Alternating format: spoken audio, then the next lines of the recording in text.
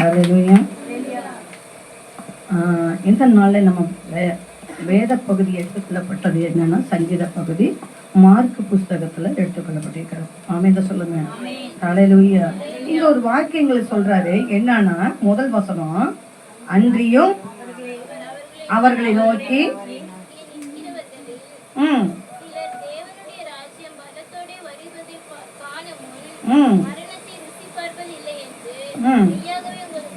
பாருங்க, இங்க வேதம் சொல்லுகிறது என்னன்னா, இவர் ஒரு மலைப்பகுதிக்கு கடந்து போறாரு. என்னன்னா தன்னை மறுரூபமாக்கும்படியாக, தன் சீசர்களுக்கு தன்னை வெளிப்படுத்தும்படியாக கடந்து போறாரு. அந்த இடத்துல சிலர் என்று சொல்லக்கூடிய அளவுக்கு பல கூட்டங்கள் அந்த இடத்துல இல்லை. கவனிக்கிறவங்க ஹல்லேலூயா. பல கூட்டங்கள் இல்லை. இங்க சொல்லப்படுக பாருங்க, பேதுரு, யாக்கோபு, யோவான் என்பவர்களை அழைத்து கொண்டு போய் உயர்ந்த மலை மேல ஏறி என்ன பண்ணாராம், மறுரூபமானார் அப்படின்னு சொல்லப்பட்டிருக்கிறது. ஆமா, இந்த சொல்லுமே. ஹல்லேலூயா, ஹல்லேலூயா. அப்போ அந்த சிலர் யார்? அந்த சிலர் யார்? யாரா இருக்கும்னு நினைக்கிறீங்க? இரண்டு விதமான கூட்டமா நம்ம எடுத்துக்கலாமா? ஒன்று என்னன்னா இந்த சீசர்களுடைய, ஏன்னா சீசர்களை பார்த்து சொல்றாருன்னா, சீசர்கள் அக்காலத்துல என்ன பண்ணாங்க, கத்திரக்காய் வாழ்ந்து ரத்த சாட்சியை என்ன பண்ணாங்க, மறித்தாங்க. ஆமா, என்ன சொல்றேன், மறுத்து மறுபமாகி அவருடைய பாதத்தில் இலைப்பாறல் பெற்றுக் கொண்டிருக்கலாம், இல்ல அவர் பட்சத்தில் உட்கார்ந்துருக்கலாம். ஹல்லேலூயா. ஆனா இங்க வேதம் சொல்லுகிற பாருங்க, சிலர் என்று சொல்லப்பட்டிருக்கிறது. ஆமா, என்று சொல்லாம. ஹல்லேலூயா. இதை குறித்து இன்னும் கொஞ்சம் நம்ம வாசிக்கலாம் அப்படின்னு பார்க்கும்போது, மத்தேயு புஸ்தகத்துல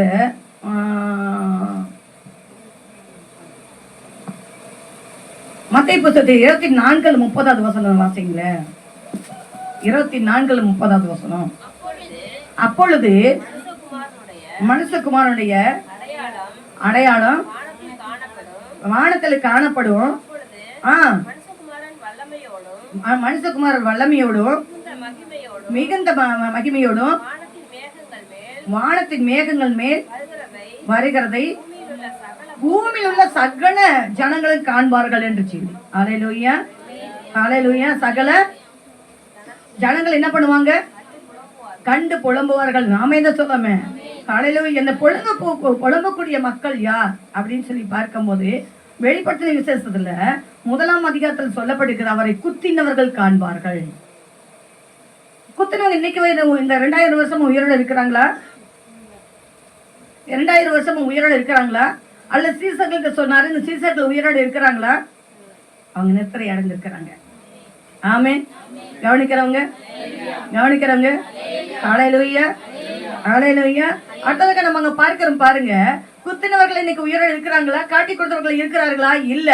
ஆனா அந்த சந்ததி ஒழிந்து போகாது என்று தேவன் சொல்கிறார். ஹல்லேலூயா, ஹல்லேலூயா. அந்த சந்ததி இருக்கும் என்று தேவன் சொல்கிறார். ஆமா, என்று சொல்லுமே. எகிப்திலிருந்து இஸ்ரவேல் ஜனங்கள் புறப்பட்டு வரும்பொழுது முதல் எளிமையானவன் அமலேக்கன்.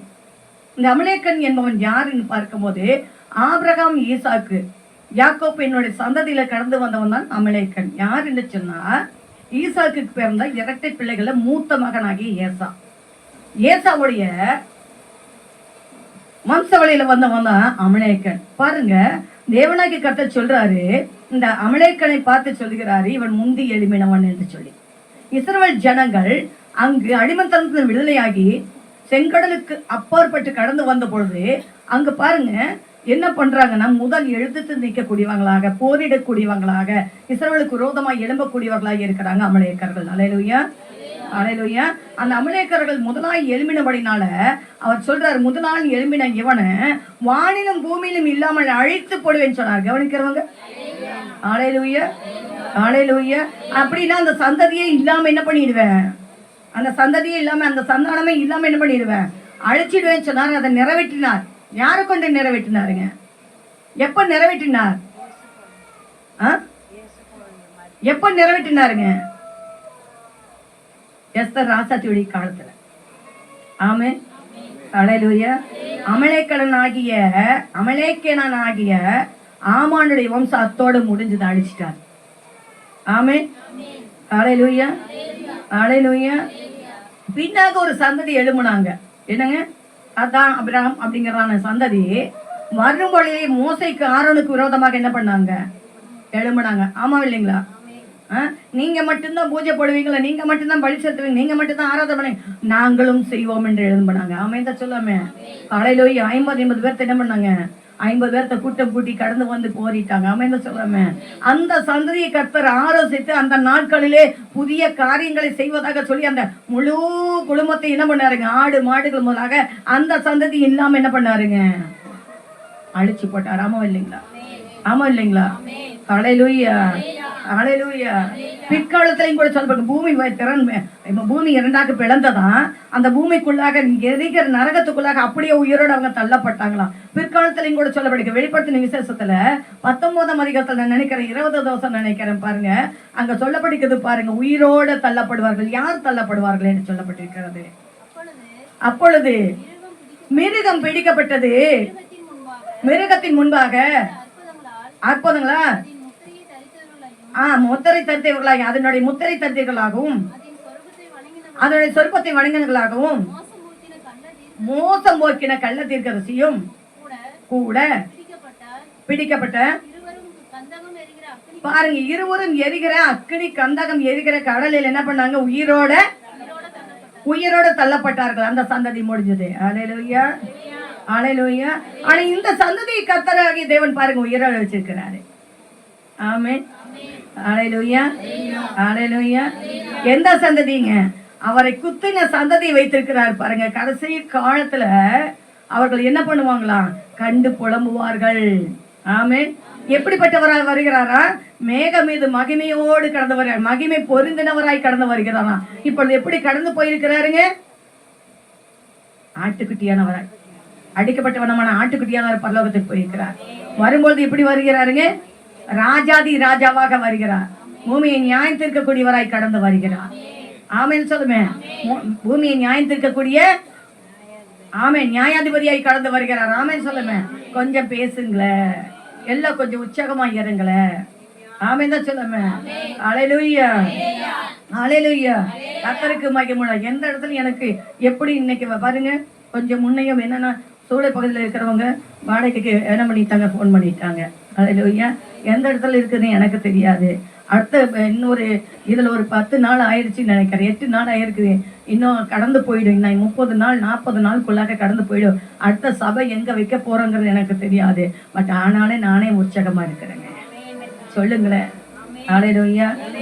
கொடுக்குறேன்னு சொல்லிக்கிட்டு வாங்கித்தரேன்னு சொல்லி ஏமாற்று வேலை பார்த்து கொண்டு இருக்கிறவங்களை நம்மளை நாசில சசமுள்ள மனுஷன் நம்மளை ஜீவனில் தேவன் ஏற்படுத்தி கொடுப்பாருங்க. நம்பிக்கையோட காத்து கொண்டிருக்கிறேன்.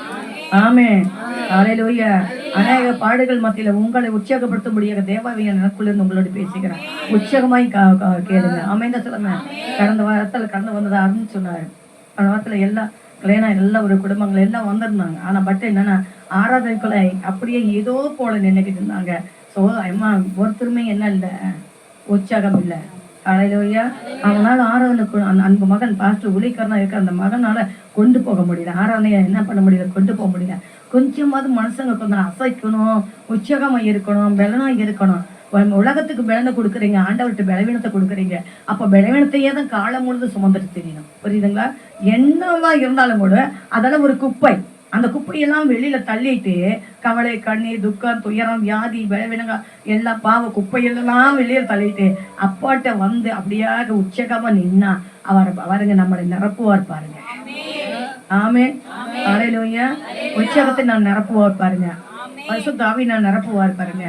ஆசீர்வாதங்களோட நம்ம கடந்து போவோம். ஆமென். எதை சம்பந்தத்தை வந்து உட்காந்து அதே தான் வாரம் முழுது நம்ம சந்திப்போம். எல்லாவற்றையும் வரும்போது குப்பையில டஸ்ட்பின்ல தள்ளி போட்டு வந்துட்டு உட்கார்ந்து உற்சாகமா அழலியா சொல்லி ஆராதிச்சு அபிஷேகத்துக்குள்ள நிரம்பி. ஏன்னா அபிஷேகம் சகல நுகக்கட்டுகளை உடைக்குன்னு சொல்லி இருக்கு வேதம். ஆமே. அபிஷேகத்துக்குள்ளாக அபிஷேக பாத்திரமா மாறி நீங்க போங்க. நீங்க வேலை செய்ய வேண்டாம், உங்களுடைய பிரச்சனைகளை கர்த்தர் செய்வார் என்பதை உங்களுக்கு சொல்கிறேன். ஆமே. அந்த அபிஷேகம் எல்லா கட்டுகளின் நுகங்களை முறிக்கும் என்பதை உங்களுக்கு சொல்கிறேன். ஆமே. ஹல்லேலூயா, ஹல்லேலூயா. உற்சாகமா இருக்கிறவங்கள அல்லேலூயா சொல்லுங்க. உற்சாகமா இருக்கிறவங்க அல்லேலூயா சொல்லுங்க. உற்சாகமா இருக்கிறவங்க அல்லேலூயா சொல்லுங்க. 5 வருஷம் ஆளிகை செய்கிறவர்களுக்காக தொண்டர்களை கை தட்டி என்ன பண்றாங்க, டபக்குன்னு காலில் இருக்க செப்பலை கழட்டிட்டு கையில தட்டுற மாதிரி தட்டி காமிக்கிறாங்க. அப்பா நம்ம நித்திய ராஜ்யத்துக்கு கொண்டு போறோம். எவ்வளவா நம்ம உற்சாகமாய் கரங்களை தட்டி அவர் ஆவியானவர் ஆமே நித்திய அரசாட்சிக்கு கொண்டு போகிறார். ஆமே அல்லேலூயா அல்லேலூயா. என்ன சொல்லிருந்தேன்? குத்தினவர்கள் காண்பார்கள், என்ன பண்ணுவாங்க? கண்டு புலம்புவார்கள். ஆமே தான் சொல்லுமே. அப்போ அந்த சந்ததி அல்ல, இப்ப இருக்கிற சந்ததி அவரை குத்தினவர்கள் அவரை காண்பார்களாம். இவர் எப்படியாய் வருகிறாருங்க? மேகமேத் எப்படி வருகிறாருங்க? ராஜாதி ராஜாவை வருகிறார். பாருங்க லூக்கா புஸ்தகத்துல 9ஆம் அதிகாரத்துல 7வது வசனம் இப்படி சொல்கிறது.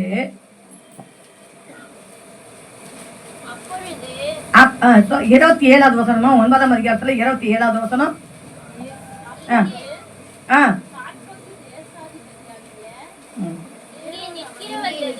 இங்கே நிற்கிறவர்களில் சிலர்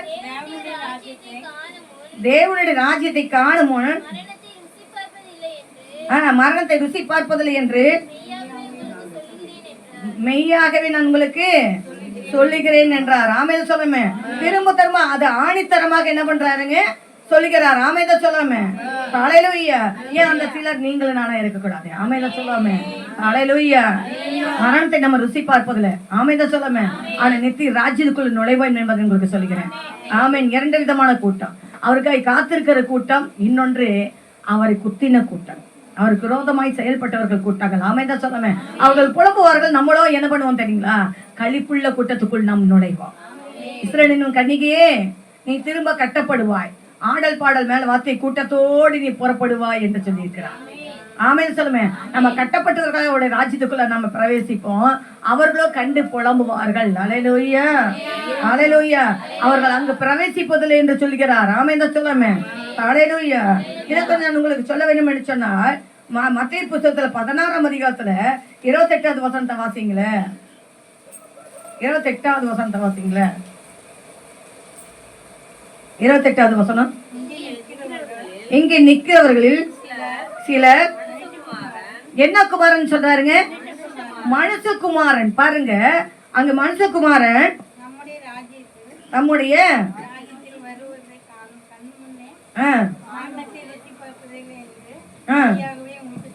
மனுஷகுமாரன் வருவதை காணும் முன் மரணத்தை ருசி பார்ப்பதில்லை என்று சொல்கிறார். ஆமென் சொல்லாம அல்லேலூயா. அப்போஸ்தலர் நடபடி புத்தகத்துல 7:55-56 வாசிங்களே. 7:55-56 வசனங்களை வாசிங்களே. அவர் யார்? அவர் அப்படின்னா ஸ்தேவான். பரிசுத்த ஆவியினால் நிறைந்தவராய் வானத்தை அண்ணாந்து பார்த்து தேவனுடைய மகிமையும், பாருங்க தேவனுடைய மகிமையும் தேவனுடைய வலது பாரிசத்திலும், அதாங்க தேவனுடைய ராஜ்யம், பரலோக ராஜ்யம். ஆமென் அல்லேலூயா. இயேசுவானவர் இப்படி எங்க நிக்கிறதாக பார்க்கிறாருங்க? ஸ்தேவான் எங்க நிக்கிறதாக பார்க்கிறாருங்க? தேவனுடைய ராஜ்யத்தில் நிற்பதாக பார்க்கிறார். ஆமென் தான் சொல்லாம தேவனுடைய வலது பரிசத்தில் நிற்பதாக பார்க்கிறார். மகிமை அடைந்தவராக நிற்பவராக பார்க்கிறார். ஆமென் தான் சொல்லாம அதோ வானங்கள் திறந்திருக்கிறதையும் பாருங்க. மனுஷகுமாரர் ஆமென் அல்லேலூயா. வலது பரிசத்தில் நிக்கிறவர் எப்படிப்பட்டவரா நிக்கிறாருங்க? தேவனுடைய ராஜ்யத்தில் எப்படிப்பட்டவரா நிக்கிறாரு? மனிதகுமாரனாய் நிற்கிறார். ஜெயம் கொள்கிற மகிமை அடைந்த பரலோகத்தின் ராஜ்யத்தின் நீதிபதியாக நிற்கிறார். ஆமென் சொல்லாம நியாயாதிபதியாய் நிற்கிறார். ஆமென் தான் சொல்லாம அல்லேலூயா அல்லேலூயா. அவர் சொல்லுகிற வார்த்தைகள் என்னங்க? இந்த சந்ததி ஒழிந்து போவதில்லை, எனக்கு தீமை செய்த சந்ததி ஒழிந்து போவதில்லை. ஆமென் தான் சொல்லாம அல்லேலூயா. இவர்கள் என்னை பார்ப்பார்கள், ஆனாலும் அவர்கள் உள்ளே பிரவேசிக்க மாட்டார்கள் என்று சொல்கிறார். ஆமென் அல்லேலூயா அல்லேலூயா. அவருக்காய் உத்தமம் உண்மையாய் வாழ்ந்தவர்களோ நித்திய உலகத்தின் ராஜ்யத்துக்குள்ள பிரவேசிப்பார்கள் என்று சொல்கிறார். ஆமென் தான் சொல்லாம அல்லேலூயா. அடுத்த வசனங்கள் சொல்லுகிறது பாருங்க. என்னவாக 6 நாளைக்கு பின்பு இயேசு மார்க்ல 9:2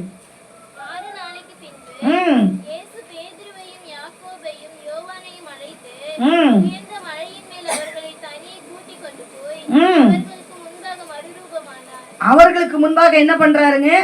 தன்னுடைய மகிமை வெளிப்படுத்துகிறார். ஆமென் சொல்லாம அல்லேலூயா அல்லேலூயா. ஹல்லேலூயா. வரக்கூடியவர் வெற்றி சிறந்தவராகவே வரப்போகிறார் என்பதை முன்னோடியாக அவர்களுக்கு வெளிப்படுத்துகிறார். ஆமென் தான் சொல்லாமே. ஹல்லேலூயா. அடுத்த வசனம் சொல்லுகிற பாருங்க. அதுல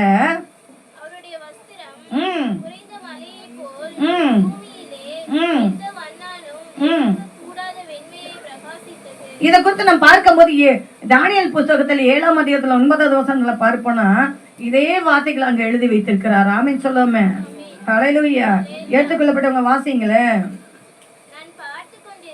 நான் பார்த்து கொண்டு இருக்கையில சிங்காசனங்கள் வைக்கப்பட்டிருந்தது. நீண்ட ஆயுசு வீட்டிருந்தார். அவருடைய வஸ்திரம் உறைந்த மலை போல், அவருடைய சிரசின் மயிர் வெண்மையாகவும் பஞ்சை போலவும் துப்புரவாகவும் இருந்தது. அப்படித்தாம்மா? ஆமென். ஹல்லேலூயா. பிதாவாக அங்க இருந்தார், குமாரனாக பூமிக்கு கடந்து வருகிறார். ஆமென். அவருடைய மகிமையை தான் நாங்கள் வெளிப்படுத்துகிறார். நான் பிதாவா இருந்தேன், மனுஷகுமாரனுடைய மகிமையாக நான் வெளிப்படுகிறேன் என்று சொன்னார். ஆமென் சொல்லாமே. மருவமனையில நின்னது தாங்க. ஆமென் தான் சொல்லாமே. பிதாவும் அவரே, குமாரனும் அவரே, பரிசுத்த ஆவியானவரும் அவரே. ஆமென் தான் சொல்லாமே. ஹல்லேலூயா. ஹல்லேலூயா. எதற்காக தெரியுங்களா? இப்படிதான் நம்மளும் ஒரு நாட்களில் மர்வமாகும் பொழுது நீங்களும் நானும் வெளிச்சத்தின் பிள்ளைகளாக இருப்போம். இருளின் பிள்ளைகளாக இருக்க மாட்டோம். உங்களுக்குள்ள எனக்குள்ள வெளிச்சம் இருக்கு. அந்த வெளிச்சம் என்பதை நான் சொல்கிறேன். முன்னதாக அந்த வார்த்தையில நீங்கள் நான் வெளிச்சமாக இருக்க வேண்டும். இருளில் நடக்கிற பிள்ளைகளாக இருக்கக்கூடாது, வெளிச்சத்தில் நடக்கக்கூடிய பிள்ளைகளாக இருக்க வேண்டும். ஆமென் சொல்லுமே. ஹல்லேலூயா. நீங்களும் நானும் யாருடைய பிள்ளைகளாக இருக்கிறேங்க? வெளிச்சத்தின் பிள்ளைகளாக இருக்கு, பகலுக்கு பிள்ளைகளாக இருக்கு, இருளுக்கு பிள்ளைகளாக அல்ல. அப்படி என்று சொல்ல உங்களுடைய முகத்தில் என்னுடைய முகத்தில் என்ன இருக்கணுங்க? பிரகாசிப்பிக்கிற வார்த்தைகளும் தேவனுடைய மகிமை நமக்குள்ளும் காணப்படும். மற்றவர்கள் பார்க்கும் பொழுது இவர்கள் கிறிஸ்தவர்கள் என்று சொல்லக்கூடிய ஒரு வெளிச்சத்துக்குள்ளாக இருக்கக்கூடியவர்களாக இருக்க வேண்டும். ஆமென் சொல்லுமே. மர்வம் அடைந்த நம்மளும் அப்படிதாங்க இருப்போம். மருவமனை நம்மளும் வெளிச்சத்தில் தான் இருப்போம். ஏன்னா அங்க ஆலயம் தேவையில்லையா, அவரே ஆலயமா இருக்கிறார். அவர் அங்க விளக்கும் என்ன விளக்கும் சூரியன் சந்திரன் தேவையில்லையா, ஏன்னா அவரே அங்க நித்திய வெளிச்சமா இருப்பாருன்னு சொல்லி வெளிப்பட்ட விசேஷத்துல 21ஆம் அதிகாரத்தில் சொல்லப்பட்டிருக்கிறது. ஆமென் சொல்லுவேன். அந்த வெளிச்சத்துக்குள் பிரவேசிக்கணும்னா இப்ப நீங்கள் நான் வெளிச்சத்தில் இருக்கக்கூடியவர்களாக இருக்க வேண்டும். ஆமென். வெளிச்சம் எப்படி ஆக்கும்? வேத வாக்கியம். ஆமென் சொல்லுவேன். வேத வாக்கியம் உங்களை என்ன பண்ணுங்க? வெளிச்சமாக்கும். எவ்வளவு இல்லாத வெளிச்சத்துக்குள் கொண்டு செல்லும். ஆமென் சொல்லாமே. நீங்கள் நான் மறுபமடைய ஆயத்தப்படுவோம். கர்த்தருடைய வரிகளை அவருக்கு எதிர்கொண்டு போவோம். அவருடைய முகத்தை தரிசிக்கும்படியாக ஆயத்தம் உள்ளவர்களாக இருப்போம். நம் கரங்களை தட்டி கர்த்தருக்கு மகிமை செலுத்துவோமே. ஹல்லேலூயா.